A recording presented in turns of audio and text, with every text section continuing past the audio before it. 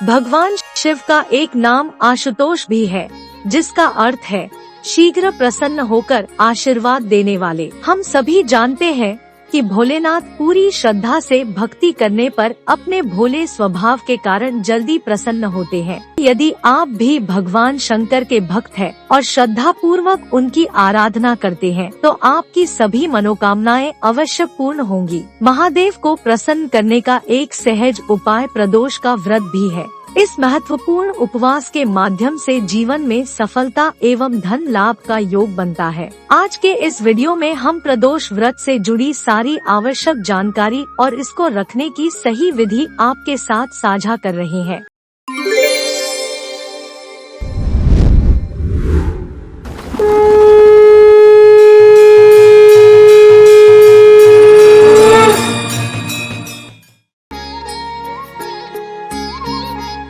हर महीने में आने वाले शुक्ल पक्ष और कृष्ण पक्ष के 13वें दिन यानी कि त्रयोदशी की शाम प्रदोष काल मानी जाती है। हिंदू धर्म में 13 का अंक शुभ नहीं माना जाता है, इसीलिए इस दिन को भगवान शिव के नाम अर्पित किया गया है और इसी दिन प्रदोष व्रत रखा जाता है। कलयुग में प्रदोष व्रत करना काफी महत्वपूर्ण माना गया है, क्योंकि यह अत्यधिक फलदायी और मंगलकारी है। प्रदोष व्रत को करने से भगवान शिव अतिशीघ्र प्रसन्न होकर भक्तों को मनचाहा फल देते हैं।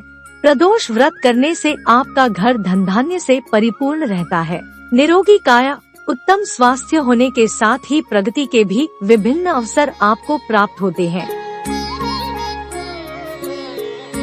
पुराणों में एक कथा प्रचलित है, जिसके अनुसार एक ब्राह्मणी अपने पति के मृत्यु के बाद बेसहारा हो जाती है, जो खुद के और अपने बच्चे के पालन पोषण के लिए अपने नगर में भिक्षा मांगती है। एक दिन जब वह अपने घर वापस लौट रही थी, उसकी नजर नदी किनारे बैठे एक बालक पर पड़ जाती है। वह उससे बात करने पर ब्राह्मणी को पता चलता है कि वह बच्चा बेघर है। ब्राह्मणी उस बच्चे को अपने साथ अपने घर ले आती है और उसे भी अपने बच्चे की तरह ही मानती है। यह बच्चा कोई और नहीं बल्कि राजा धर्मगुप्त होते हैं, जिसके पिता का युद्ध में वध किया जाता है, जिसे सुनकर उनकी माता भी अपने प्राण खो देती है। युद्ध के बाद दुश्मन धर्मगुप्त को बेघर कर देते हैं। ब्राह्मणी अपने बच्चे और धर्मगुप्त के साथ एक दिन मंदिर जाती है। वहाँ पर ऋषि शांडिल्य धर्मगुप्त को पहचान लेते हैं, जिनकी सच्चाई वह ब्राह्मणी को भी बताते हैं। ऋषि शांडिल्य ही ब्राह्मणी को सलाह देते हैं कि वह प्रदोष व्रत रखे अपने बच्चों के साथ, जिससे ब्राह्मणी भी प्रदोष व्रत रखना शुरू कर देती है। एक दिन धर्मगुप्त ब्राह्मणी के बच्चे के साथ जंगल में जाते हैं। वहाँ पर उनकी मुलाकात अंशुमति से होती है, जो एक गंधर्व कन्या होती है। दोनों की मुलाकात प्रेम में बदल जाती है। अब दोनों के विवाह के बाद धर्मगुप्त अंशुमति के पिता को अपनी सच्चाई बता देते हैं, जिससे वह मिलकर धर्मगुप्त के दुश्मनों से युद्ध करने का निर्णय ले लेते हैं। युद्ध में धर्मगुप्त की जीत होती है, जिससे वह अपना खोया हुआ राज्य वापस प्राप्त कर लेते हैं। तब उन्हें ब्राह्मणी द्वारा किए गए प्रदोष व्रत की याद आती है, जिसके फलस्वरूप उन्हें अपना राज्य वापस मिल जाता है। प्रदोष व्रत को पुराणों में काफी महत्वपूर्ण माना गया है। यह धारणा है कि इस व्रत पर प्रसन्न होकर शिव और पार्वती दोनों ही भक्तों को आशीर्वाद देते हैं।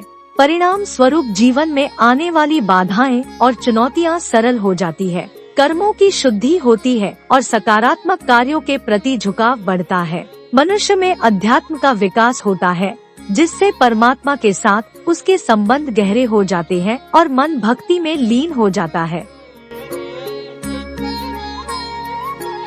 प्रदोष व्रत रखने के लिए कोई उम्र की सीमा या किसी भी अन्य प्रकार का बंधन नहीं है। कोई भी व्यक्ति, वह स्त्री हो या पुरुष, प्रदोष व्रत को पूरी श्रद्धा के साथ कर सकता है। हर महीने की त्रयोदशी के दिन इस व्रत को रखा जाता है। लेकिन अगर आप पहली बार ही प्रदोष व्रत कर रहे हैं, तो श्रावण और फाल्गुन महीने की त्रयोदशी से आप इस व्रत की शुरुआत कर सकते हैं। इसके बाद कम से कम 11 और 21 व्रत आपको रखने आवश्यक है। इससे भी ज्यादा समय के लिए रखना यह आपकी व्यक्तिगत इच्छा होगी। श्रावण मास से प्रदोष व्रत को रखना अधिक शुभ और फलदायी माना गया है।